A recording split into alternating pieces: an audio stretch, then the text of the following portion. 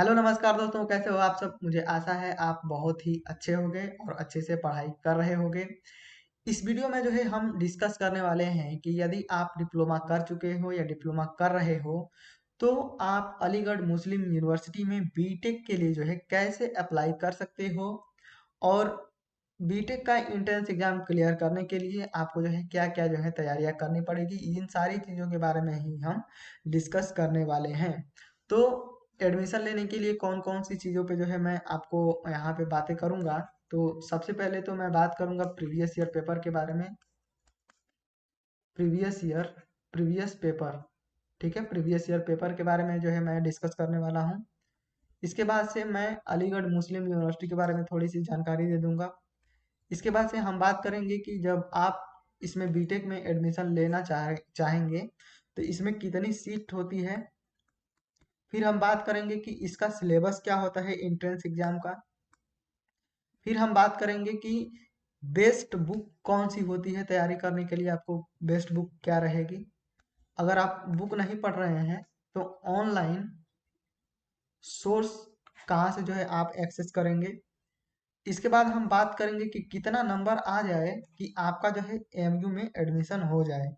फिर यहाँ पे मैं जो है एनालिसिस करूँगा कि कितनी रैंक रहेगी या कितना नंबर रहेगा तो जो है आपकी कितनी रैंक रहेगी। इन सारी चीज़ों के बारे में ही हम जो है डिस्कस करने वाले हैं इस वीडियो में, ठीक है।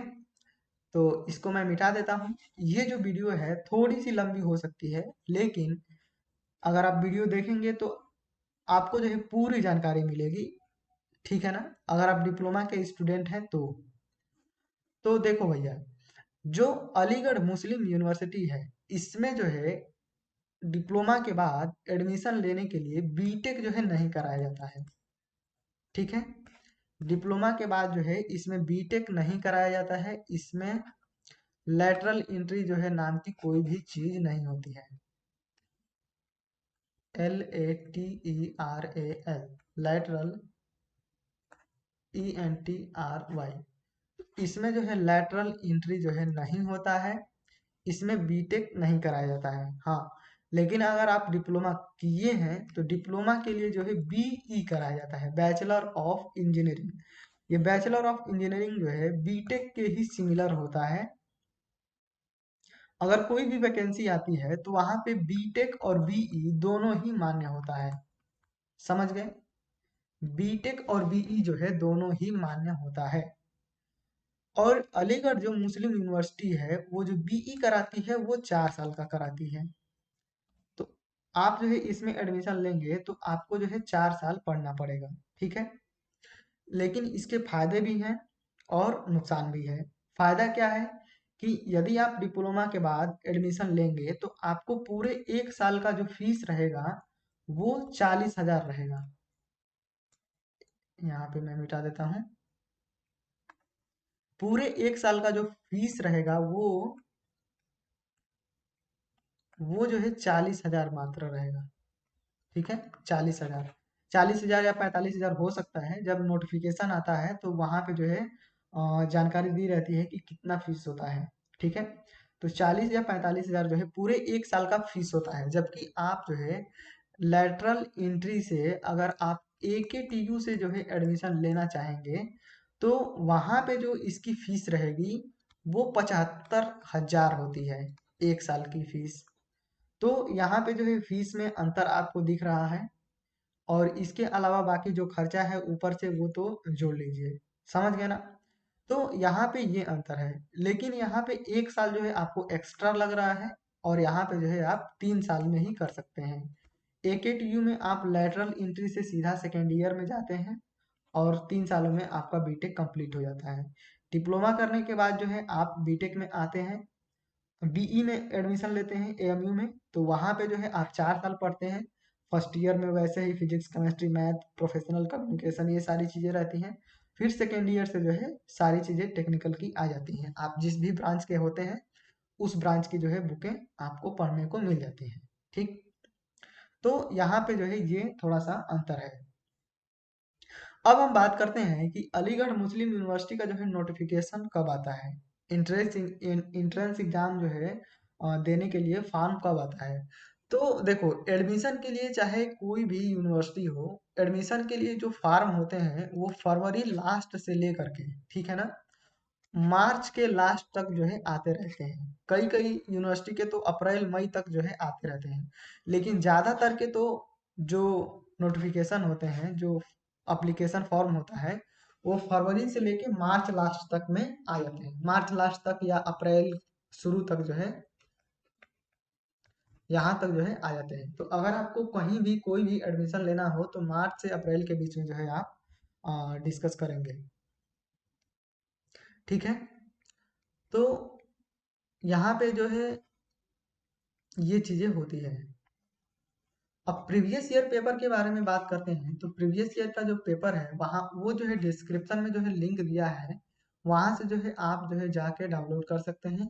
जो भी चीजें जो है मुझे जरूरी लगेगी कि आपको जो है प्रोवाइड करना है, वो चीजें, उन सारी चीजों की जो लिंक है वो डिस्क्रिप्शन में जो है दी गई है या दी गई होगी, वहां से जो है आप डाउनलोड कर सकते हैं। जैसे प्रीवियस ईयर पेपर के बारे में, सिलेबस के बारे में, ये सारी चीजें जो है वहां पे मिल जाएंगी आपको, ठीक है। तो अब देखो, यहाँ पे जो बीई होता है, एएमयू में जो बीई होता है वो 4 साल का होता है, हमने बात कर लिया है।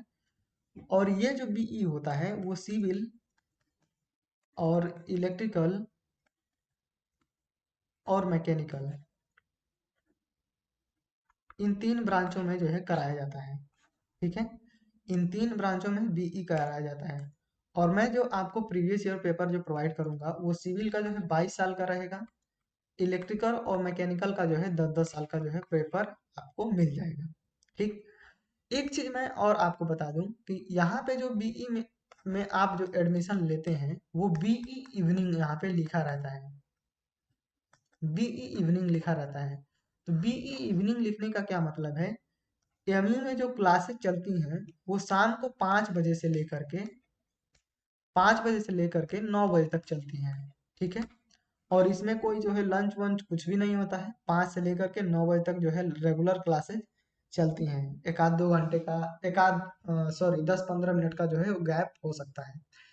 तो यहाँ पे भी इवनिंग जो है उनके लिए अच्छा है जो अपना जो है तैयारी भी कर रहे हैं जेई का, और या जेई में सिलेक्शन हो भी गया है, और वो जो है इसके साथ साथ जो है वो पढ़ाई भी करना चाहते हैं, उनके लिए अच्छा होता है। तो यहाँ पे जो क्लासेज होती हैं वो शाम को चलती हैं, ठीक। तो हमने जो है सीट के बारे में बात अभी नहीं करी है। हमने जो बात करी है कि बीई कितने साल का होता है, और पेपर प्रीवियस ईयर पेपर के बारे में मैंने बता दिया है आपको, और क्लासेस जो है कब चलती है, नोटिफिकेशन कब आता है। अब हम थोड़ा सा जो है एएमयू के बारे में जान लेते हैं। तो जो अलीगढ़ मुस्लिम यूनिवर्सिटी है इसको जो है आईआईटी बनाया जा रहा था, ठीक है।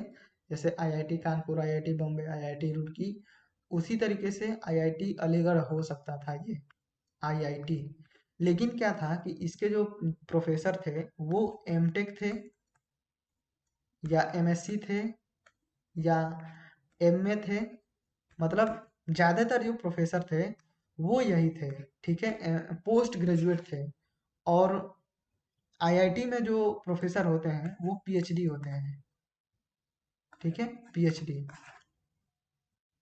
तो इसी वजह से एमयू को आईआईटी में कन्वर्ट नहीं किया गया। तो अब आप जो है समझ सकते हैं कि ये जो अलीगढ़ मुस्लिम यूनिवर्सिटी है ये कैसी यूनिवर्सिटी है। आज जो है ये आईआईटी होती, समझ पा रहे हैं। तो ये जो है बहुत ही अच्छी यूनिवर्सिटी है। इसमें जो इंजीनियरिंग की जो पढ़ाई होती है वो बहुत ही अच्छी होती है। इसमें इंजीनियरिंग की जो पढ़ाई होती है वो ठीक होती है।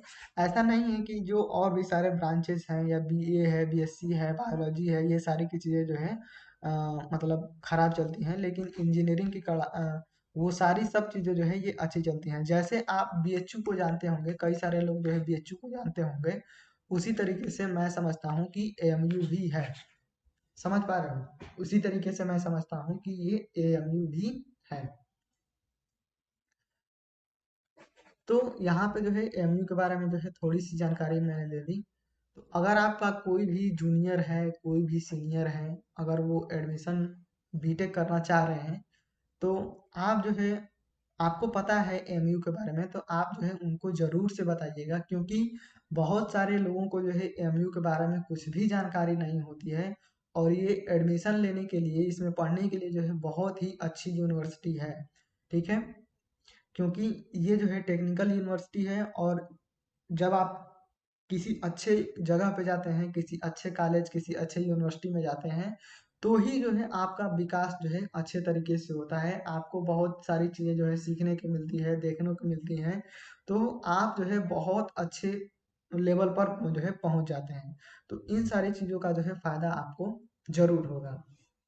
अब हम बात करते हैं कि यहाँ पे बीई में एडमिशन के लिए देखो, मैं जो है यहाँ पे डिप्लोमा के लिए डिस्कस कर रहा हूँ। अगर आपका कोई भाई बहन जो है इंटर में है, इंटर के बाद जो है वो बीटेक करना चाह रहा है, और उसका सपना है कि वो आईआईटी में भी एडमिशन ले, तो ये भी जो है आईआईटी से कम नहीं है। इसका भी जो पेपर है वो आप जो है अपने भाई बहन को एक बार दिखा देना, जो इंटर के बाद से एडमिशन लेना चाह रहे हैं।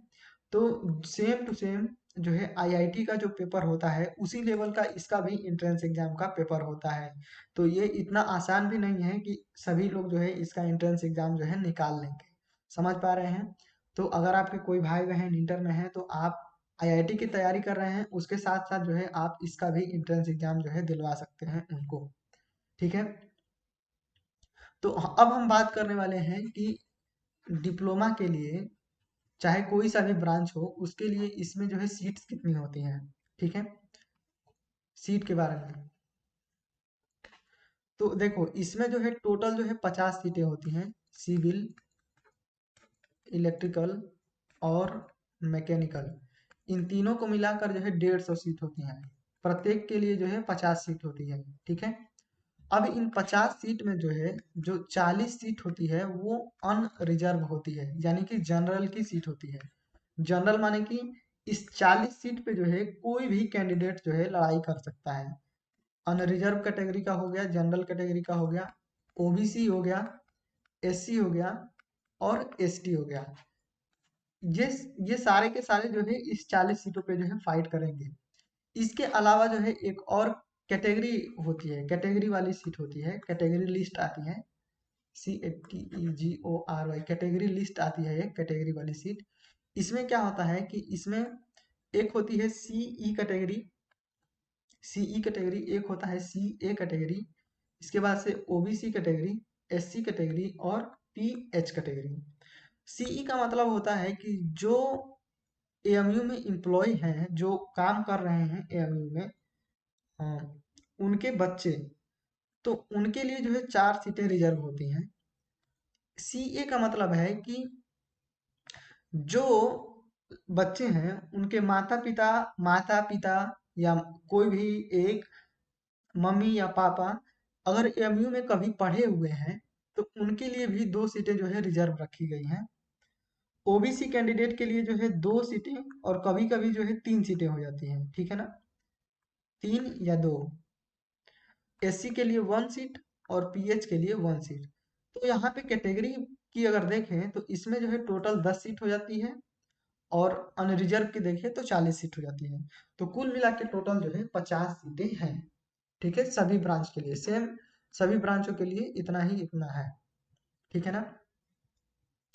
तो यहाँ पे जो है मैंने आपको सीट के बारे में जो है बता दिया है कैसे होता है। एक चीज मैं और आपको बता दूं, कई लोग सोचेंगे कि ये अनरिजर्व कैटेगरी है, इसमें सारे लोग फाइट करेंगे, फिर कैटेगरी वाले में ओबीसी भी आ रहे हैं। तो ये 10 सीटें अलग से हैं और ये 40 सीटें अलग से हैं। अगर कोई बंदा ओबीसी का है, तो ओबीसी का अगर इस 40, उसका रैंक जो है 40 नंबर के अंदर है, मतलब 40वां रैंक भी है, तो वो जो है इस जनरल में है, ठीक है ना। तो इसको जो है जनरल में गिना जाएगा। और इसके बाद से अगर कोई ओबीसी का बंदा है, उसका थोड़ा सा नंबर कम है, तो वो कैटेगरी लिस्ट में आएगा। समझ पा रहे हो? तो ये ओबीसी और ये ओबीसी मतलब अलग अलग है दोनों। जैसे ऐसा नहीं होगा कि कोई बंदा कैटेगरी लिस्ट में भी है और जनरल लिस्ट में, दोनों में कॉमन नहीं होगा। इसमें अलग होगा, इसमें अलग होगा, ठीक है, समझ पा रहे हो? तो ये जो है सीट होती है। अब मैं बात करता हूँ सिलेबस के बारे में। तो एएमयू में सिलेबस जो है क्या क्या होता है, ये हम जो है डिस्कस करने वाले हैं। तो यहाँ पे एक बार मैं पेन को चेंज कर लेता हूँ। वीडियो थोड़ी सी लंबी हो सकती है लेकिन आपको जानकारी पूरी मिलेगी। देखो यहाँ पे एएमयू का जो है ये सिलेबस है। बीई इवनिंग, सिविल, इलेक्ट्रिकल और मैकेनिकल। यहाँ पे बीई के लिए 3 ब्रांचेज हैं, सिविल, इलेक्ट्रिकल और मैकेनिकल। तो पहला जो होता है फिजिकल साइंस, फिजिकल साइंस जो है 25 नंबर का होता है। और दूसरा जो है इंजीनियरिंग साइंस, ये 75 नंबर का होता है। ठीक है, 25 नंबर के रहेंगे, 25 क्वेश्चन रहेंगे। 75 नंबर के रहेंगे, 75 क्वेश्चन रहेंगे। इसमें क्या आता है, सिलेबस में मैथ आता है, फिजिक्स आता है और केमिस्ट्री आता है। ये तीनों जो है लगभग समान आते हैं। कई कई बार तो केवल मैथमेटिक्स ही पूछ लिया गया है। फिजिक्स केमिस्ट्री के जो है एक आध क्वेश्चन जो है आते हैं। तो पहले मैं इसका सिलेबस बता देता हूँ, इसके बाद जो है मैं मैथ का जो है सिलेबस, मैंने जो बुक पढ़ी थी उसमें जो है कहाँ से क्वेश्चन आए थे वो जो है मैं आपको बताऊंगा। ठीक है, तो मैथ में अलजेब्रा यहाँ पे दे रखा है, ट्रिग्नोमेट्री दे रखा है, कोऑर्डिनेट ज्योमेट्री दे रखा है, कैलकुलस, डिफरेंशियल इक्वेशन, वेक्टर। ये जो है मैथ का सिलेबस है। और फिजिक्स के लिए heat and chemical effects of current, thermo electric effects, SHM, simple harmonic motion, velocity, acceleration and type of waves, frequency, wavelength and wave velocity, diffraction, polarization of wave, cathode and X-ray, radioactivity, nuclear fusion and fission। ठीक है, ये जो है physics का syllabus है। Chemistry में organic chemistry, electrochemistry, pH, value and buffer solution, corrosion, alloys, fuel, water, environmental chemistry and polymers. तो ये जो है फिजिकल साइंस का जो है सिलेबस है। ठीक है, तो देखो देखो भाई, सारे लोग जो है डिप्लोमा से ही आते हैं, DIPLOMA, सारे लोग ही डिप्लोमा से ही आते हैं। और डिप्लोमा में जो है फर्स्ट ईयर में ही वो फिजिक्स केमिस्ट्री और मैथ जो है पढ़ते हैं। ठीक है ना, लेकिन वहाँ पे जो आप फिजिक्स केमिस्ट्री मैथ पढ़ते हो वो इस लेवल का नहीं होता है कि आप जो है इस एंट्रेंस एग्जाम में जाओ और वो कर दो। ठीक है ना, तो अगर आप जो है फर्स्ट ईयर में ही पढ़ रखे हो और उसके बाद से आप एंट्रेंस एग्जाम दे रहे हो, तो हो सकता है कि फिजिक्स केमिस्ट्री में से आपको जो है दो चार क्वेश्चन जो है आ जाए, मैथमेटिक्स के भी जो है दो चार क्वेश्चन आ जाए। ठीक है ना, तो इसके लिए जो है आपको फिजिक्स और केमिस्ट्री के लिए मैं तो कहूँगा कि इसके लिए आपको कोई अलग से तैयारी नहीं करनी है, क्योंकि आपको पता नहीं चलेगा कि कहाँ से पूछेगा, क्या आएगा।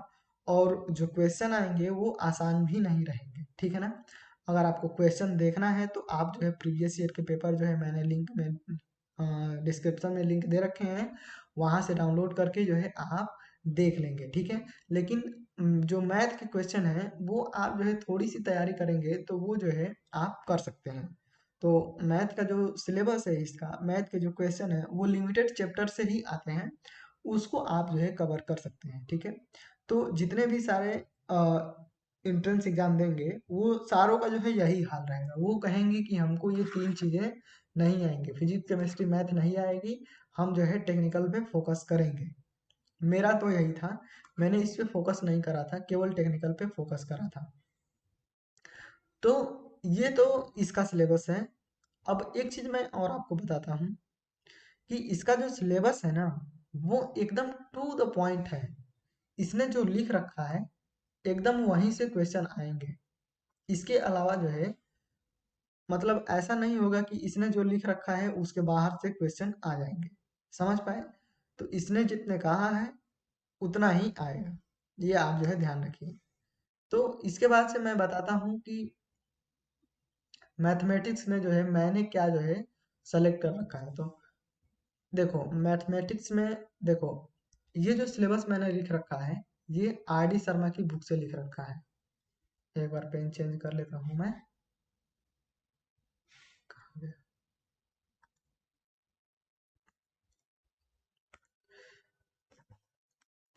RD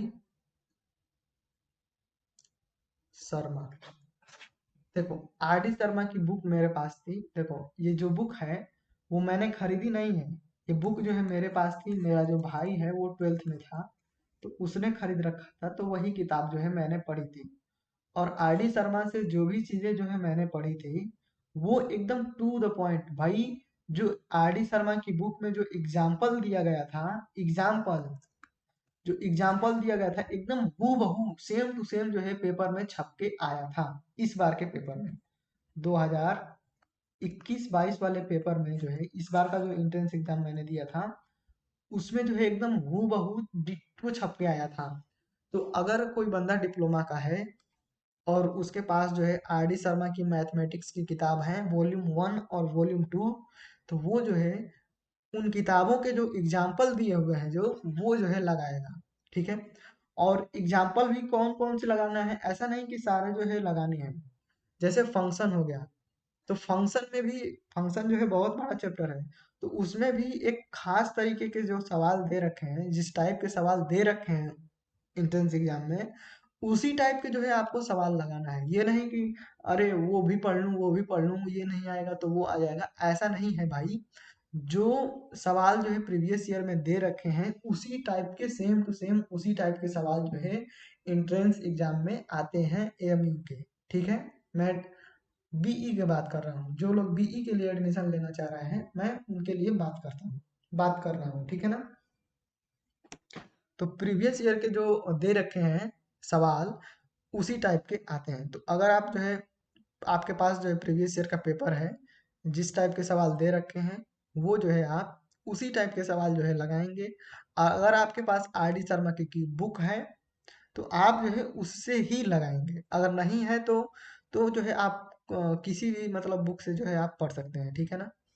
तो ये जो फंक्शन वाला चैप्टर है, फंक्शन हो गया, इनवर्स ट्रिग्नोमेट्रिक फंक्शन हो गया, algebraic mathematics, algebra of matrix हो गया, डिटर्मिनेंट्स हो गया, adjoint and inverse of matrix हो गया, solution of simultaneous linear equation, continuity, differentiability, differentiation, tangent and normal, indefinite integral, definite integral, differential equation और vector. यहाँ पे देखो सिर्फ वेक्टर ही मैंने लिखा है। यहाँ पे वेक्टर में जैसे कि वहाँ पे डॉट प्रोडक्ट, क्रॉस प्रोडक्ट, इस लाइन का प्रक्षेप उस लाइन पे, उस लाइन का प्रक्षेप जो है इस लाइन पे, ट्रिपलेट वेक्टर, ये सारे जो है इसमें सम्मिलित हैं। ठीक है ना। यूनिट वेक्टर, ये सारे जो है इसमें ही सम्मिलित है। तो मैथ मैथ के लिए जो है इतना सारा सिलेबस है। आपको देख के लग रहा होगा कि इतना सारा है, इसमें भी जो है आपको केवल जैसे कि आप जब उसका प्रीवियस ईयर का पेपर देखेंगे ना, तो आपको पता चल जाएगा, सारी चीजें जो है नहीं पढ़नी है। इसमें इम्पोर्टेंट कौन कौन से हैं, तो जैसे फंक्शन वाला चैप्टर है, ये इम्पोर्टेंट है। मैं ये जो है, यहाँ पे जो है मैंने आपको चैप्टर के नाम बता दिए हैं, वो पढ़ने हैं। लेकिन मैं बता देता हूँ किस प्रकार के सवाल आते हैं। फंक्शन के सवाल आते हैं। एक होता है डिग्री और ऑर्डर बताने वाला, मैथ में ही आता है। एक होता है डिग्री बताओ और ऑर्डर बताओ, ये वाले सवाल आते हैं। फिर से लिमिट्स के सवाल आते हैं। फिर से वेक्टर में ट्रिपलेट वेक्टर के आते हैं। बोलता है कि यूनिट वेक्टर निकालो, किसी रेखा का उस प्रक्षेप क्या होगा, ये सारी चीजें जो है पूछी जाती हैं। फिर इनवर्स ट्रिग्नोमेट्री में पूछी जाती हैं। फिर अगर आप डिफरेंशिएशन में आएंगे, तो इसमें जो है 6-7 रूल है। ठीक है ना। 6-7 नहीं, करीब 9-10 रूल है।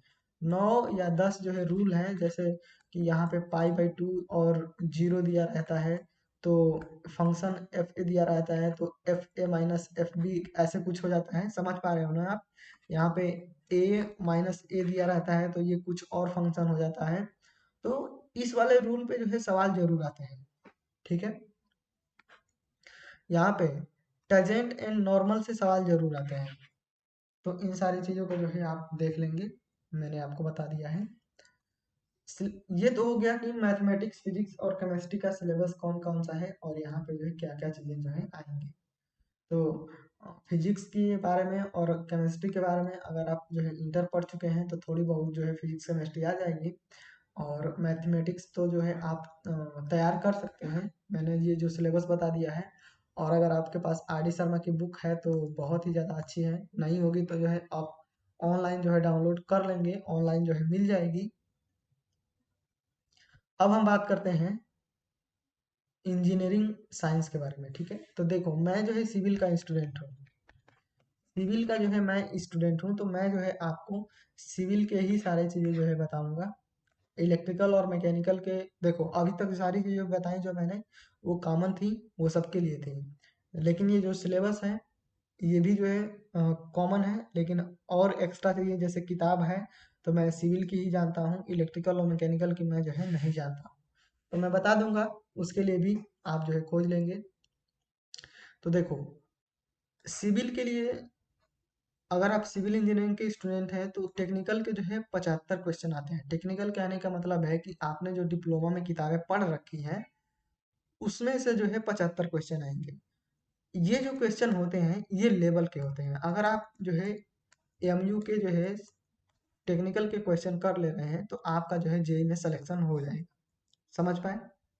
अगर आप जो है एमयू के 75 में से अगर आप इसका आधा क्वेश्चन, आधा मतलब 35 नंबर भी ला दे रहे हैं तो आपका जो है जेई में सिलेक्शन हो जाएगा, ये मैं लिख के दे रहा हूँ, ठीक है।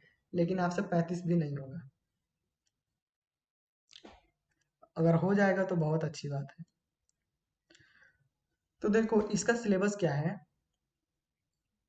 Structural analysis. स्ट्रक्चरल एनालिसिस में क्या आएगा, स्ट्रेसेस एंड स्ट्रेन आएगा, जो स्ट्रेस और स्ट्रेन है वो आएगा, bending moment and shear force आएगा, bending stress, column, steel truss, simple analysis of steel truss. ये जो है स्ट्रक्चरल एनालिसिस के जो है सिलेबस हैं, इनसे जो है क्वेश्चन आएंगे, ठीक है। तो ये जो है आप ध्यान में रखेंगे। फिर आरसीसी से design of RCC structure, RC structure, इसमें सिंगली और doubly reinforce beam, slab, T beam, column और फुटिंग। जो आरसीसी में column, footing, T beam, singly doubly reinforce beam के बारे में जो पढ़ा जाता है उससे क्वेश्चन आएंगे। ज़्यादातर जो इसमें क्वेश्चन होते हैं वो एलएसएम से रिलेटेड होते हैं, ठीक है, लिमिट स्टेट मेथड पे आधारित आते हैं, ठीक। फिर बिल्डिंग मटेरियल की बात करेंगे तो building material and building construction, वही बिल्डिंग मटेरियल जो डिप्लोमा में हम पढ़ते हैं। बिल्डिंग मटेरियल कहीं कहीं पे बोला जाता है, कहीं कहीं पे बिल्डिंग कंस्ट्रक्शन बोला जाता है, तो उससे क्वेश्चन आते हैं। फिर इरिगेशन से क्वेश्चन आते हैं, flow of water flow over notch and weir, flow through open channel, method of irrigation, river training, cross drainage work, dam, canal masonry work. ये जो है इरिगेशन इंजीनियरिंग के सिलेबस है, ठीक। फिर इसके बाद से आता है water supply engineering, sanitary engineering. तो वाटर सप्लाई अलग इंजीनियरिंग है और सैनिटरी इंजीनियरिंग जो है अलग इंजीनियरिंग है। फिर यहाँ पे ट्रांसपोर्टेशन पे आता है highway geometric design, highway materials, construction, pavement design, traffic engineering. ये जो है हाईवे के सिलेबस है। इसके बाद जो है रेलवे से भी आता है gauge, sleeper, plate laying, ballast, points and crossing, training, train resistance, train resistance, इससे भी जो है क्वेश्चन आते हैं। फिर इसके बाद से ब्रिजेस आते हैं, type of bridge, load on bridge, design of bridge. ये जो है एमयू के जो है सिविल इंजीनियरिंग के सिलेबस है, बस इतना ही सिलेबस है।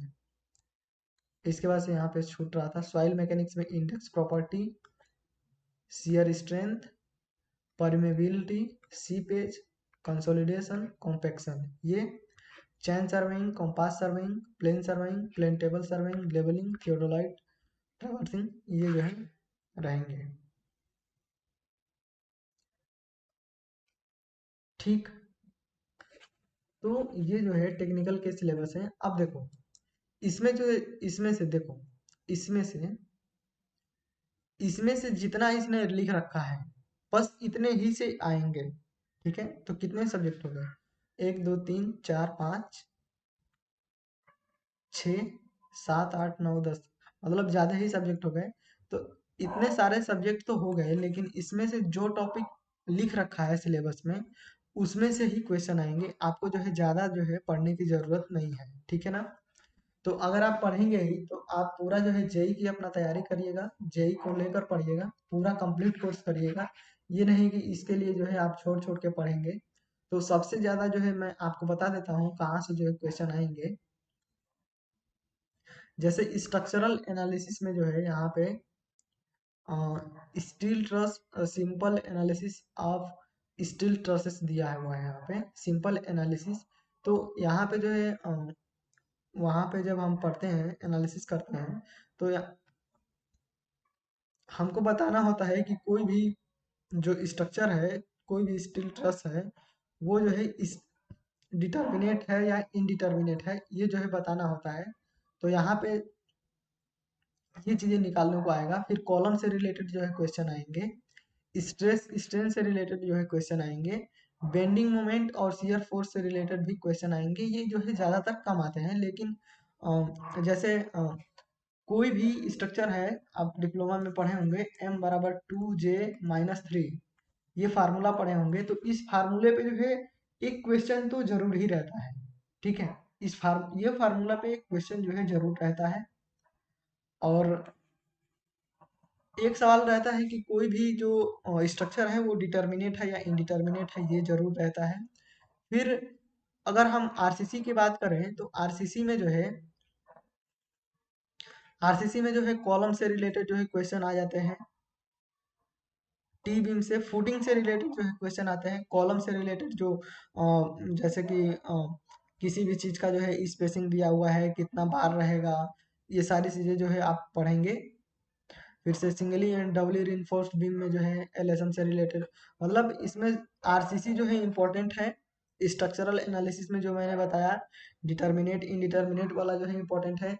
बिल्डिंग मटेरियल में अगर आप आएंगे तो बिल्डिंग मटेरियल में पेंट पढ़ लेंगे, टिम्बर पेंट के दोष पढ़ लेंगे, टिम्बर के दोष पढ़ लेंगे। इसके अलावा जो स्टोन है, स्टोन का क्लासिफिकेशन पढ़ लेंगे, यहाँ से जो है क्वेश्चन आते हैं। इरिगेशन इंजीनियरिंग जो है, और इरिगेशन के अलावा डिप्लोमा में इरिगेशन ही होता है, लेकिन बीटेक में आओगे तो हाइड्रोलॉजी भी होता है, हाइड्रोलॉजी। तो हाइड्रोलॉजी अलग हो जाता है और इरिगेशन इंजीनियरिंग जो है अलग हो जाता है। इसमें जो है केवल इरिगेशन इंजीनियरिंग दे रखा है, लेकिन हाइड्रोलॉजी से भी क्वेश्चन आते हैं। और इसमें जो है सबसे ज्यादा जो क्वेश्चन आते हैं वो जो है रिवर ट्रेनिंग से क्वेश्चन आता है। इसके बाद से क्रॉस ड्रेनेज वर्क से क्वेश्चन आता है, जैसे कि कोई भी स्ट्रक्चर बना रहता है तो वहां पे पूछता है कि वे एक्वाडक्ट है या सुपर पासेज है, समझ रहे हो, ये चीजें जो है आपने पढ़ी होंगी, वहां पे पूछता है। फिर डैम से रिलेटेड जो क्वेश्चन आते हैं कि डैम है तो वहां पे जो है कितना फोर्स लग रहा है, वेव फोर्स कितना होगा, ये सारी चीजें। फिर कनाल मैसनरी वर्क, कनाल के लिए जो है मैसनरी वर्क में क्या क्या हम जो है करते हैं, ये सारी चीजें जो है यहाँ पे पूछी जाती हैं। मेथड ऑफ इरिगेशन के बारे में जो है यहाँ पे पूछा जाता है। Flow of water over notch, ये ये जो है कम पूछा जाता है। और वियर से रिलेटेड जो है क्वेश्चन आते हैं यहाँ पे। तो इरिगेशन इंजीनियरिंग जो है बहुत ही ज़्यादा इंपॉर्टेंट है, बिल्डिंग मटेरियल में जो टॉपिक मैंने बताया। और इसके अलावा हाइड्रोलॉजी से भी क्वेश्चन आते हैं। हाइड्रोलॉजी में यूनिट हाइड्रोग्राफ से जो है क्वेश्चन आते हैं। फिर से यूनिट हाइड्रोग्राफ से, और एक आता है यार, याद नहीं आ रहा, वेटनेस इंडेक्स, फाई इंडेक्स, ये जो है क्वेश्चन आते हैं। फाई इंडेक्स, वेटनेस इंडेक्स, इससे रिलेटेड जो है क्वेश्चन आते हैं। कितने तरह की वर्षा होती है, ये जो है क्वेश्चन आते हैं। Water supply engineering, water supply engineering में जो है आप देख लेंगे। ट्रांसपोर्टेशन में बात करें तो हाईवे जियोमेट्री की बात करें तो इसमें से जो है क्वेश्चन आते हैं। टेराइन कितने प्रकार का होता है, और कौन सी, जैसे नेशनल हाईवे के लिए कितना जो है चौड़ा लंबा रोड होना चाहिए, ये सारी चीजें जो है आती हैं। पेवमेंट से रिलेटेड जो है आती हैं। कैम्बर क्या होता है, इसका मिनिमम स्लोप, मैक्सिमम स्लोप, जो शोल्डर होता है उसका मिनिमम मैक्सिमम स्लोप, ये सारी चीजें जो है आती हैं यहाँ पे। यहाँ पे ट्रैफिक इंजीनियरिंग से संबंधित, जैसे कि कितना टाइप की क्रॉसिंग होगी, कोई भी है, कोई भी रोड नेटवर्क है तो यहाँ पे गाड़ियाँ चलेंगी तो कितना टाइप से टक्कर हो सकता है, ये सारी चीजें जो है यहाँ पे आती हैं। फिर इसके अलावा जो है रेलवे से क्वेश्चन आते हैं। रेलवे जो है यहाँ पे इम्पोर्टेंट हो जाता है। आप ट्रांसपोर्टेशन में रोड इंजीनियरिंग पढ़ें या ना पढ़ें, लेकिन रेलवे जो है जरूर पढ़ के जाएं। रेलवे के क्वेश्चन जो है 3-4 जो है रहते ही रहते हैं। जैसे गेज दे रखा है, sleepers, plate laying, ballast points, points and crossing, train resistance, ये सारे जो है टॉपिक जो दे रखे हैं, इससे क्वेश्चन जो है आते ही आते हैं। ब्रिजेस से जो है क्वेश्चन जो है मैंने कम देखे हैं, लेकिन रेलवे से क्वेश्चन आते हैं। सर्वेइंग में ये जितना टॉपिक दे रखा है, इसने इन टॉपिक को जो है पढ़ के जरूर जाएं। इन टॉपिक से जो है क्वेश्चन जरूर आते हैं, ठीक है। Chain surveying, compass surveying, plane table surveying, levelling, theodolite surveying, ये जो है थियोडोलाइट जो है ट्रैवर्सिंग, इससे जो है क्वेश्चन जो है जरूर आते हैं। और सॉइल मैकेनिक्स में index property, shear strength, permeability, seepage, consolidation और कॉम्पेक्शन, ये जो है टॉपिक जो है जरूर पढ़ के जाएं, ठीक। तो अगर आप जो है डिप्लोमा करके पास आउट ही हुए हैं, अगर आपने कहीं पे कोचिंग नहीं लिया हुआ है, तो ये जितना सारा जो टॉपिक यहाँ पे दे रखा है, ये डिप्लोमा लेवल का नहीं है, समझ पा रहे हो आप। यहाँ पे ये दे रखा है, लेकिन आप डिप्लोमा की किताब पढ़ के जाओगे तो मुझे नहीं लगता कि आप जो है कर पाओगे, क्योंकि मैंने देखा है ये बीटेक की किताबें जो होती है उनसे होता है, ठीक। लेकिन इसका भी एक सोल्यूशन है, मैं आपको बताऊंगा, वो जो है अगर आप करेंगे तो आप जो है पास हो सकते हैं इसमें, ठीक है। तो इसमें जो है बिल्डिंग मटेरियल में जो है मैंने कहा आप स्टोन पढ़ लेंगे, पेंट और टिम्बर के जो है जो दोष हैं वो पढ़ लेंगे। इरिगेशन इंजीनियरिंग में जो पीछे का जो चीज़ें मैंने बताई वो पढ़ेंगे। रेलवे इंजीनियरिंग तो पढ़ के ही जाएंगे। सर्वेइंग पढ़ के ही जाएंगे। सॉइल मैकेनिक्स में जो इतना टॉपिक दे रखा है उतना ही पढ़ के जाएंगे, काफ़ी है। स्ट्रेंथ ऑफ मटेरियल में स्ट्रेस स्ट्रेन, जो मतलब यहाँ पे जितने भी सारे टॉपिक दे रखे हैं, इसके अलावा जो है आपको कुछ भी पढ़ने की जरूरत नहीं है, ठीक। अब यहाँ पे जो बीई का इलेक्ट्रिकल इंजीनियरिंग का सिलेबस है यहाँ पे दे रखा है भाई। जो भी इलेक्ट्रिकल के स्टूडेंट होंगे वो जो है अपना सिलेबस देख लेंगे। मुझे नहीं पता क्या क्या चीज़ें यहाँ पे दे रखी हैं। फिर मैकेनिकल के यहाँ पे इतने ही सिलेबस दे रखे हैं, ठीक है। तो यहाँ पे जो है यही सिलेबस है। तो जो फिजिक्स केमिस्ट्री मैथ जो है ये सबका कॉमन रहेगा, सबका सेम ही रहता है लगभग। और टेक्निकल के क्वेश्चन ही बस अलग रहते हैं, ठीक है ना। तो अब आपको जो है टेक्निकल की तैयारी करने के लिए आपको जो है बेस्ट बुक क्या रहेगी, टेक्निकल की तैयारी करने के लिए आपके लिए बेस्ट बुक कौन सी रहेगी। तो देखो टेक्निकल की तैयारी करने के लिए कोई भी बेस्ट बुक है नहीं। ये सारा का सारा जो सिलेबस है वो सारी किताबों से ही आता है। और ये जो क्वेश्चन आते हैं वो जो है गेट लेवल के आते हैं, ईएससी लेवल के आते हैं, ठीक है। गेट और ईएससी में जो 1 नंबर के क्वेश्चन रहते हैं वैसे क्वेश्चन रहते हैं। और ये जेई लेवल के क्वेश्चन होते हैं इसमें भी। तो इसके लिए आप जो है बस एक यही चीज कर सकते हैं कि अगर आप जस्ट डिप्लोमा पास आउट हैं तो इसके लिए जो है आप जो यूथ पब्लिकेशन है, यूथ पब्लिकेशन, यूथ पब्लिकेशन के जितने भी सारे क्वेश्चन दे रखे हैं उन सारे क्वेश्चन को अगर आप कर ले रहे हैं पूरा, वो सारे के सारे क्वेश्चन अगर आपसे हो गए हैं तो जो है आप यूथ पब्लिकेशन के सारे क्वेश्चन अगर आपसे हो गए हैं तो जो है आप इसमें अच्छा कर सकते हैं, ठीक है ना। तो यूथ पब्लिकेशन जो है आप प्रिफर करें। इसके लिए जो है मैं आपको कोई भी बुक जो है नहीं कहूँगा। यूथ पब्लिकेशन की बुक जो है आप जो है लगाएं, वो जो है सबसे बेटर तरीका है, ठीक है। और जो टेक्निकल के स्टूडेंट हैं वो जो है इन सारे टीचरों का जो लेक्चर है वो जो है फॉलो कर सकते हैं, ठीक है। ये सारे के सारे टीचर जो है अनअकैडमी फ्री क्लासेस जो है प्रोवाइड करते हैं। मैं किसी का प्रचार नहीं कर रहा हूँ, मैं बस आपकी सुविधा के लिए बता रहा हूँ, क्योंकि मैंने इन सारे टीचर का जो लेक्चर है मैंने फॉलो किया था, उनका नोट्स भी मैंने बनाया हुआ है। और वही चीज़ें जो है मैं पढ़ता भी हूँ और वही चीज़ें जो है मैंने पढ़ के गया भी था वहाँ पे, ठीक है ना। तो ये चीज़ें जो है मुझे काम आई है। तो अगर आप सिविल के हैं या इलेक्ट्रिकल के हैं या मैकेनिकल के हैं तो वो जो है आप यूथ पब्लिकेशन की जितने भी प्रीवियस ईयर की दे रखा है वहाँ पे कौन सा यूथ पब्लिकेशन में जो एक कंपटीशन के लिए आता है ना, जो जितने भी सारे एग्जामों में जो क्वेश्चन दिए हुए हैं उन सारा जो कलेक्शन होता है वो वाली जो है बुक आप लेंगे और उसका जो है क्वेश्चन लगाएंगे, तो वो जो है आपको फायदा करेगा। और सिविल के स्टूडेंट जो है ये जो है अनअकैडमी पे टीचर जो है क्लास लिए हैं अनअकैडमी गेट वाले चैनल पे, ठीक है ना, let's crack GATE and ESE, इस वाले चैनल पे कोमल पारिक मैम है, कोमल पारिक पारिक इनका नाम है कोमल पारिक।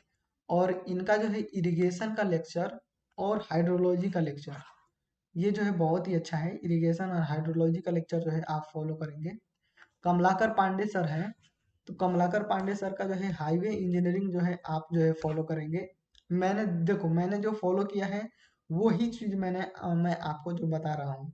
और इनका जो लेक्चर है वो पूरा कंप्लीट है, ऐसा नहीं है कि आधा अधूरा लेक्चर है, ठीक है ना। तो कमलाकर पांडे सर से जो है आप हाईवे इंजीनियरिंग जो है पढ़ सकते हैं। और इसके अलावा जो इरिगेशन का इनका लेक्चर है वो इरिगेशन का जो लास्ट वाला जो टॉपिक है जो डैम से रिलेटेड है वो पढ़ लेंगे।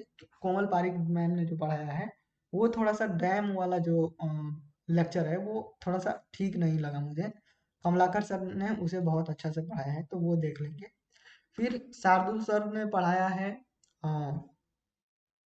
सॉइल मैकेनिक्स, इनका जो है जो लेक्चर है वो दो अलग अलग चैनलों पे है लेकिन पूरा इन्होंने कंप्लीट कराया है। लेकिन जैसे क्लास नोट्स बनता है सारे के सारे क्वेश्चन जो है हो जाते हैं अ, उस टाइप के नहीं होंगे, कुछ चीज़ें जो है छोड़ छोड़ के मतलब सर ने पढ़ाया है लेकिन कंप्लीट कराया है, शुरू से लास्ट तक पढ़ाया है, तो थोड़ा थोड़ा सा जो है हिंट आपको मिल जाएगा। लेकिन इसमें हाईवे में और हाइड्रोलॉजी और इरिगेशन में कोमल पारिक मैम का और कमलाकर पांडे सर के लेक्चर में आपको कोई भी कमी जो है नहीं दिखेगी। इसी तरीके से विपन सिंह सर हैं, ये इन्होंने जो है आरसीसी पढ़ाया है, बहुत ही जबरदस्त पढ़ाया है, बहुत ही जबरदस्त। आरसीसी एक बार इनका जो है नोट्स बना लेंगे तो आपको मुझे नहीं लगता कि कहीं और किसी और का जो है नोट्स बनाने की जरूरत होगी, समझ पा रहे हो। ये गेट जैसी लेवल का है इन सर का। और जेई के एग्जाम तो ऐसे निकल जाएंगे। तो आरसीसी का एकदम बेस्ट लेक्चर है और आरसीसी आप किसी भी एग्जाम में जाओगे तो वहाँ पे पूछता ही पूछता है। इसी तरीके से बाबूलाल जहांगीर सर हैं, वैसे इसमें जो है एमयू के सिलेबस में जो है स्टील नहीं दे रखा है लेकिन मैंने आपको बता दिया। बाबूलाल जहांगीर सर का जो स्टील है, स्टील स्ट्रक्चर, ये बहुत ही जबरदस्त है, बहुत ही जबरदस्त, आपको बहुत नॉलेज मिलेगा, बहुत एकदम मजा आ जाएगा। तो स्टील का मैंने बता दिया, वैसे स्टील इसमें नहीं पूछेगा। फिर अंकुर मलिक सर है वहीं पे उसी चैनल पे, अंकुर मलिक सर का जो है आप रेलवे वाला लेक्चर जो है देख सकते हैं, इनका रेलवे इंजीनियरिंग कर लेंगे तो रेलवे के जितने भी सारे क्वेश्चन आएंगे पूछे जा सकते हैं वो जो है आपको फंस जाएंगे, ठीक है ना। इसके अलावा अगर आपको कोई भी बुक प्रिफर करनी है या आप जो है बीटेक करेंगे या बीई करेंगे तो उसके लिए अगर आप बुक खरीदेंगे तो उसके लिए भी मैंने एक बुक की लिस्ट जो है चैनल पे बना के डाली हुई है, उसका लिंक मैं डिस्क्रिप्शन में दे दूंगा, वहां से जो है आप डाउनलोड कर सकते हैं, ठीक है। इसी तरीके से जो इलेक्ट्रिकल के स्टूडेंट हैं या जो भी मैकेनिकल के स्टूडेंट हैं वो यूथ पब्लिकेशन का जो कॉम्पिटेटिव एग्जाम में क्वेश्चन आया हुआ है प्रीवियस ईयर का वही फॉलो करेंगे तो बेटर रहेगा, ठीक है। क्योंकि मैंने सारे के सारे यूथ के क्वेश्चन लगा के गए थे और सारे के सारे जो है क्वेश्चन जो है फंस रहे थे, उसी से जो है आ रहे थे, ठीक है। डिट्टो नहीं आए थे लेकिन उसी लेवल के क्वेश्चन जो है आए हुए थे। अगर आप जो है प्रीवियस ईयर का क्वेश्चन लगा ले रहे हैं तो आधा क्वेश्चन, जैसे 75 क्वेश्चन है तो उसमें से 20 क्वेश्चन डिट्टो मिलेंगे आपको। 20 क्वेश्चन जो है प्रीवियस ईयर की अगर आप क्वेश्चन लगा के जा रहे हैं तो उसमें से जो है 20 क्वेश्चन जो है आपको मिल जाएंगे एकदम हूबहू बहू सेम टू सेम, ठीक है। तो यहाँ पे जो है मैंने आपको बता दिया है कि कौन सी बुक अच्छी रहेगी और ऑनलाइन सोर्स में भी मैंने बता दिया कि आपको कौन से चैनल पे किस टीचर का पढ़ना है। मैंने फालतू में नहीं बताया है क्योंकि मैंने उन सारे टीचरों से पढ़ा हुआ है, तब मैं जो है आपको बता रहा हूँ ये चीज़ें। अब मैं बताता हूँ कि आपको जो है कितना नंबर चाहिए एएमयू में सिलेक्शन लेने के लिए जो है एएमयू में सिलेक्शन लेने के लिए जो है आपको कितना नंबर चाहिए। तो यहाँ पे देखो ये सारे जो है इस बार के सिलेक्टेड जो स्टूडेंट थे उनकी लिस्ट है, ठीक है ना। इस बार के जो सिलेक्टेड स्टूडेंट थे उनकी ये लिस्ट है। तो अगर आप एएमयू में एडमिशन लेना चाह रहे हैं, अगर आप किसी भी कैटेगरी के हों, अगर आप ओबीसी के कैटेगरी के हों, तो अगर आपका 100 में से 50 नंबर आ गया है तो आपका सिलेक्शन पक्का है। 100 में से 50 नंबर आ गया तो आपका जो है सिलेक्शन पक्का हो गया, ठीक है ना। अगर आप जनरल के हैं तो जनरल के मान के चलिए कि 50 है तो भी ठीक है, और 50-55 के बीच में है तो जो है आपका सिलेक्शन हो गया। 55 है या 55 के ऊपर है थोड़ा सा, तो जो है आपका सिलेक्शन पक्का है, ठीक है ना। इसमें कोई दो राय नहीं है, मैं लिख के दे रहा हूँ। 50 नंबर अगर आपके आ रहे हैं तो आपका सिलेक्शन पक्का है, कोई भी रोक नहीं सकता। अभी मैं आपको अपना बताऊंगा, नंबर आपको मैं दिखाऊंगा तो आपको जो है दिखेगा। अभी इसी के बाद जो है मैं यहाँ पे 2 स्क्रीनशॉट लगा दूंगा, ठीक है ना। 2 स्क्रीनशॉट जो है आपको दिखेगी इधर इधर। तो वहां पे जो है आप देखना कि पहली बार में मेरा कितना नंबर था और दूसरी बार में जो है मेरा कितना नंबर था। और अभी आगे चल के मैं दिखाऊंगा कि मेरी रैंक कितनी है, तो जो है आपको अंदाजा लग जाएगा कि कितना नंबर रहेगा तो सिलेक्शन हो जाएगा, ठीक है ना। तो पहली बार में मैंने दिया था तो मेरा जो है 46 नंबर के आसपास था, और उस टाइम भी कोरोना का टाइम चल रहा था। इस बार मैंने दिया था तो मेरा जो है 38.5 नंबर था, ठीक है। तो पिछली बार जो है मेरा जो है कैटेगरी में 3 वेटिंग लिस्ट था, और इस बार जो है मेरा कैटेगरी में 7वां वेटिंग लिस्ट था, ठीक है। पिछली बार 3 था वेटिंग लिस्ट, और इस बार जो है कैटेगरी में 7 वेटिंग लिस्ट था, ठीक। और बात करें तो 21 जनरल में, जैसे चांस मेमो एक आती है लिस्ट, अभी मैं दिखाऊंगा। तो 21 था, और इस वाले में जो है 31 था, ठीक है। तो ये रैंक थी। यहाँ पे मैं दोनों तरफ जो है मैं अपना स्क्रीनशॉट लगा दूंगा, जो मैंने पेपर दिया था वो जो है आप देख लेंगे। तो देखो यहाँ पे ये जो लिस्ट आई है ये सेलेक्टेड स्टूडेंट की लिस्ट है, ठीक है ना। ये सेलेक्टेड स्टूडेंट की लिस्ट है, और ये 40 स्टूडेंट है। जैसे ये 6-5-30 और ये 5-5-10, 40 स्टूडेंट हो गए, ठीक है। तो ये जनरल हो गए। इसमें जो है सारे कैटेगरी के स्टूडेंट इसमें आ जाएंगे, ठीक। अब इसके बाद से देखो यहाँ पे लिखा हुआ है selected for admission, selected for admission. तो ये वो लोग हैं जिनका जो है सिलेक्शन पक्का है, इनका जो है सिलेक्शन हो गया है। ये देखो ये लिस्ट है, वो यहाँ पे क्या है, चांस मेमो। यहाँ पे क्या है, चांस मेमो, यानी कि ये जो स्टूडेंट हैं ये वेटिंग लिस्ट में है। अगर इसमें से कोई स्टूडेंट एडमिशन नहीं लेता है तो इसमें से जिसका जो है रैंक 1 2 3, जैसे ये क्या है 46 29 44 26, तो ये जो है नंबर दे रखा है इनका जो है 50 स्टूडेंट का जो है यहाँ पे वेटिंग लिस्ट होता है, ठीक है ना। जैसे इसका वेटिंग लिस्ट दूसरा है, कहीं पे एक भी होगा, इसका जो है 11वां है, इसका जो है तीसरा है, देख रहे हो। तो इसी तरीके से इसमें जो है आप देखना कहीं पे जो है पहला भी होगा। इसका जो है चौथा वेटिंग लिस्ट है, इसका 5वां वेटिंग लिस्ट है। एक वाला किधर है, देखो यहाँ पे इसका एक वेटिंग लिस्ट है। तो अगर इसमें से कोई स्टूडेंट एडमिशन नहीं लेता है तो यहाँ पे जिसका एक वेटिंग लिस्ट है पहले उसका हो जाएगा। फिर अगर यहाँ पे जो है मान लो कि यहाँ पे 3 लोगों ने छोड़ दिया, 3 लोगों ने एडमिशन नहीं लिया जो सेलेक्टेड थे, तो यहाँ पे एक का हो जाएगा, फिर पहले दूसरा का होगा, फिर यहाँ पे तीसरे का होगा। तो इन 3 लोगों का जो है एडमिशन पक्का हो जाएगा, ठीक है। अगर हम बात करें कि यहाँ पे कोई स्टूडेंट जो है इसमें ओबीसी का भी है, और ओबीसी का स्टूडेंट है वो जनरल में सिलेक्टेड है, तो अगर उसने एडमिशन नहीं लिया तो यहाँ पे जो ओबीसी कैटेगरी में जो वेटिंग लिस्ट में होगा उसका एडमिशन हो जाएगा, ठीक है। क्योंकि उसको जो है कैटेगरी का रिजर्वेशन मिलेगा, ठीक है। तो ऐसे होता है, ये 50 स्टूडेंट की जो है चांस मेमो लिस्ट आती है। अब मैं यहाँ पे देखो स्पेशल कैटेगरी लिस्ट यहाँ पे दिखाता हूँ। तो ये जो है स्पेशल कैटेगरी लिस्ट है एडमिशन के लिए। क्या है, स्पेशल कैटेगरी लिस्ट है। तो देखो यहाँ पे जो सीई के स्टूडेंट हैं इनका है, यहाँ पे सीए है, यहाँ पे एससी है, यहाँ पे ओबीसी है, और इधर जो है फिजिकल हैंडीकैप है। तो सीई के लिए जो है 4 लोग होते हैं। जो हैश टैग है, हैश का मतलब है कि ये वेटिंग में है, और डॉलर का मतलब है कि वो सिलेक्टेड है। तो हैश का मतलब है कि वो जिस कैटेगरी के हैं उसी कैटेगरी में इनका वेटिंग है, और डॉलर का मतलब है कि वो जो है सिलेक्टेड है। तो जैसे यहाँ पे 2 है, ये 1 2 3, 1 2 और 3, 3 लोग सिलेक्टेड हैं, और इसके बाद से एक और होगा, ये चौथा। 4 लोग सीई में सेलेक्टेड हैं, इसके बाद से पांचवा वेटिंग है। तो अगर इन चारों में से कोई एक छोड़ता है तो इस पांचवें वाले का एडमिशन पक्का हो जाएगा। अगर चारों में से 2 लोगों ने छोड़ दिया तो पांचवें और छठे का सिलेक्शन जो है हो जाएगा। ऐसा होता है। उसी तरीके से सीए में वेटिंग लिस्ट है।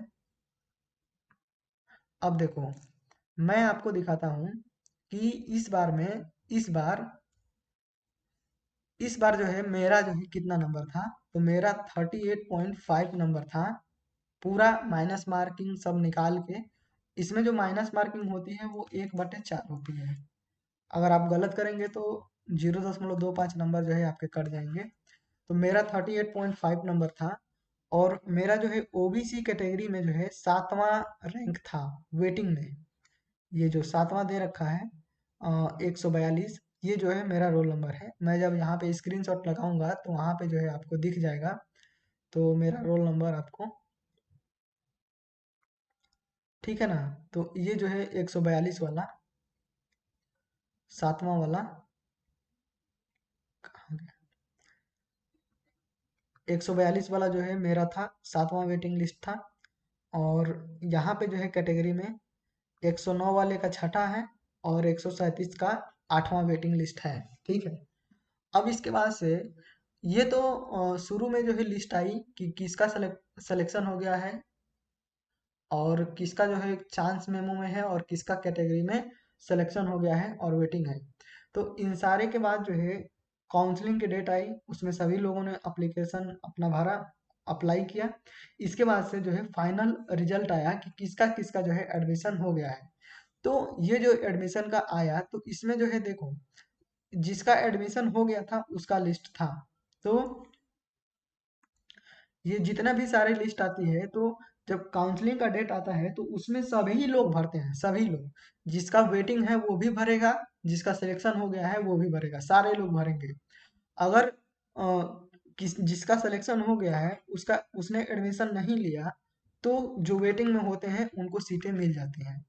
तो इसी तरीके से काउंसलिंग के बाद जो है सारे लोगों ने भरा, जिसका वेटिंग था वो भी, जिसका नहीं वेटिंग था वो भी, सारे लोग भरे। और जो फाइनल रिजल्ट आया उसमें देखो, यहाँ पे मैं केवल ओबीसी का ही बता रहा हूँ। तो यहाँ पे देखो,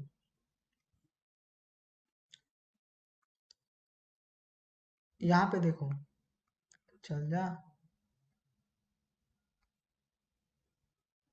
ये वाला 70 95 137, ये वाला जो स्टूडेंट है, इसका यहाँ पे 70 95 137, इसका ओबीसी कैटेगरी में जो है 8वां वेटिंग लिस्ट है।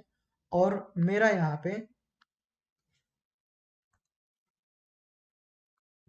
पे ओबीसी कैटेगरी में 70 95 142, और यहाँ पे मेरा कितना वेटिंग लिस्ट है, 7वां। लेकिन यहाँ पे सिलेक्शन में देखो, यहाँ पे 137 जो 8वां वेटिंग लिस्ट है उसका जो है सिलेक्शन हो गया है, लेकिन मेरा नहीं हुआ है। क्यों नहीं हुआ है मेरा? क्योंकि जो जो आया था वहाँ पे काउंसलिंग का जो डेट आया था, जो फॉर्म फिलअप करने का जो डेट था, वो मुझसे जो है मिसिंग हो गया था। ठीक है ना, मैं जो है भर नहीं पाया था। मुझे एडमिशन एकदम लेना था, इसमें मेरा एकदम बहुत मन था एडमिशन लेने का।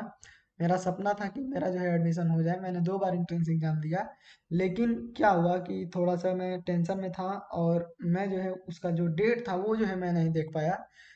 4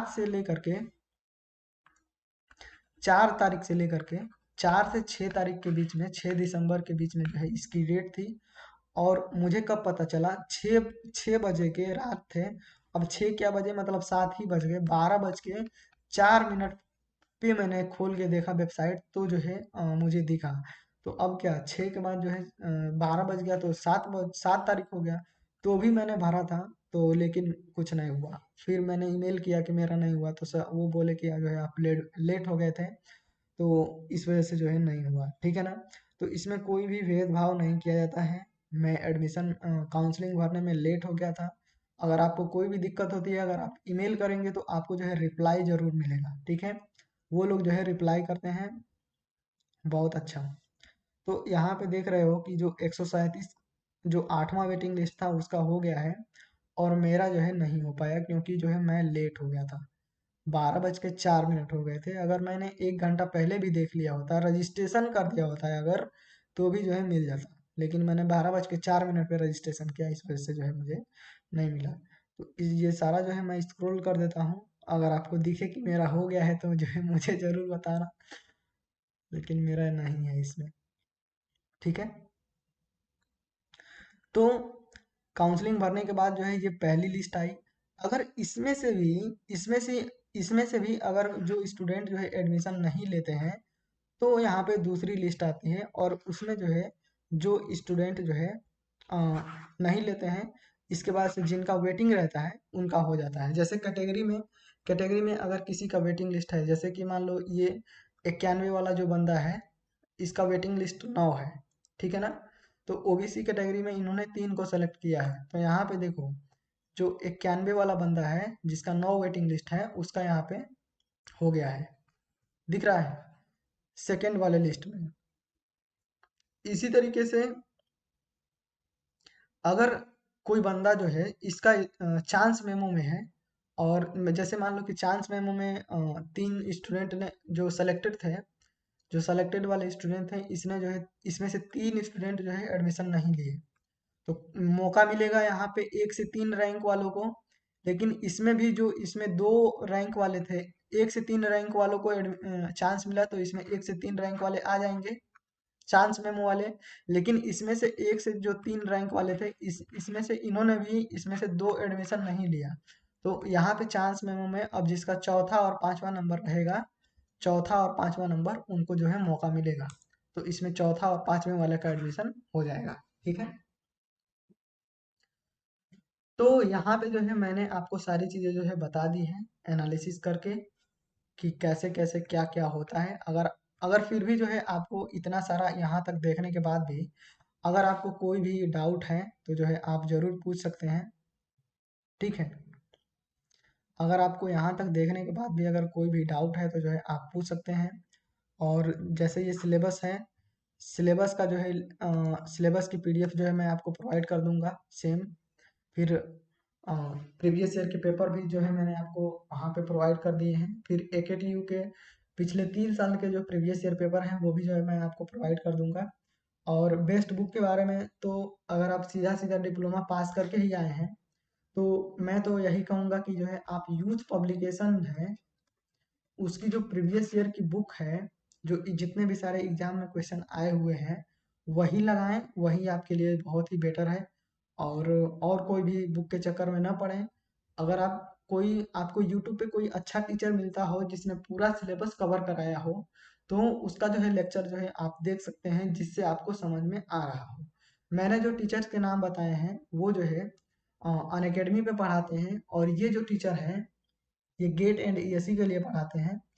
और मैंने इनसे पढ़ा हुआ है, तो मैंने आपको बता दिया। लेकिन मैं एक चीज़ मैं बताता हूँ कि एएमयू वाले सिलेबस में जो लोग सिविल के स्टूडेंट हैं, उनके लिए जो इरिगेशन पूछा जाएगा, हाइड्रोलॉजी के जो क्वेश्चन आएंगे, वो जो है कोमल पारिक मैम का जो है, अगर आप पढ़ रहे हैं, अगर आप इंग्लिश आपको समझ में आती है, तो कोमल पारिक मैम का जो है आप जरूर से पढ़िए।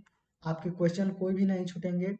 हाँ, डैम वाले चैप्टर में थोड़ी सी दिक्कत होगी, तो उसके लिए कमलाकर पांडे सर का इरिगेशन का लेक्चर है, वो देख लेंगे तो आपका पूरा कंप्लीट इरिगेशन इंजीनियरिंग हो जाएगा। आरसीसी के लिए आप विपिन सिंह सर का जो है देख लेंगे, तो आरसीसी जो है आपका पूरा कंप्लीट हो जाएगा, आपको किसी और की पढ़ने की ज़रूरत जो है नहीं होगी। रेलवे इंजीनियरिंग के लिए आप अंकुर मलिक सर का जो है देख लेंगे, तो आपको जो है कोई भी चीज़ जो है पढ़ने की ज़रूरत नहीं होगी, ठीक है। सॉइल मैकेनिक्स तो आपको जो है पढ़ना ही पढ़ना पड़ेगा। लेकिन अगर आप जहाँ पे कुछ नहीं मिल रहा है, वहाँ पे जो है आप इन सर का पढ़ लेंगे, तो आपको जरूर मिलेगा। स्टील के लिए जो है अगर आप इनका सर का पढ़ लेते हैं, तो आपको कोई भी जो है चीज़ जो है पढ़ने की ज़रूरत नहीं पड़ेगी, ठीक है। बहुत मज़ा आएगा। अगर आपको रेलवे इंजीनियरिंग के लिए अगर आप चाह रहे हैं कि कोई किताब हो, तो मैंने आपको बताया कि मैंने एक बुक डाउनलोड करने की जो है प्लेलिस्ट बना रखी है, उसका लिंक मैं दे दूंगा वहाँ पे। तो वहाँ पे आप रेलवे इंजीनियरिंग की किताब को जो है डाउनलोड करके उसको पढ़ सकते हैं। और रेलवे इंजीनियरिंग की किताब पढ़ेंगे तो रेलवे इंजीनियरिंग से जो क्वेश्चन आएंगे वो जो है आपसे हो जाएंगे, ठीक है ना। तो उसमें कोई भी दिक्कत नहीं होगी, ठीक है। तो बस आज की वीडियो में इतना ही था। अगर आपको कोई भी समस्या हो, दिक्कत हो, तो जो है आप कमेंट करके पूछना, मैं उसका जो है जवाब ज़रूर दूंगा। फिर हम मिलेंगे किसी और वीडियो में। बिल्डिंग मटेरियल और कंक्रीट टेक्नोलॉजीज के लिए जो है आप मेरा ही लेक्चर जो है देख सकते हैं। मैंने जितना पढ़ाया है उतना सॉलिड पढ़ाया है। और अभी जो है देखो, यहाँ पे टाइम हो रहा है 10:44 और 17/1/2022 है। तो अभी जो है मैं बीटेक में एडमिशन ले चुका हूँ। मैं जो है बीटेक में एडमिशन ले चुका हूँ और मेरा जो है सेमेस्टर का एग्ज़ाम जनवरी में है। तो जनवरी के बाद से जो है मैं, या सेमेस्टर का एग्ज़ाम जब ख़त्म हो जाता है, तो बिल्डिंग मटेरियल के लेक्चर जो है मैं कंटिन्यू करूँगा। ख़त्म हो जाएगा तो सोम के लेक्चर और कई सारे लेक्चर जो है आएंगे, सारे के सारे जो है मैं पढ़ाने वाला हूँ, जो भी मुझे आएगा, ठीक है ना। तो मेरा लेक्चर जो है अगर आपको अच्छा लगेगा तो फॉलो कर सकते हैं, ठीक है। बाय बाय, मिलते हैं अगले वीडियो में।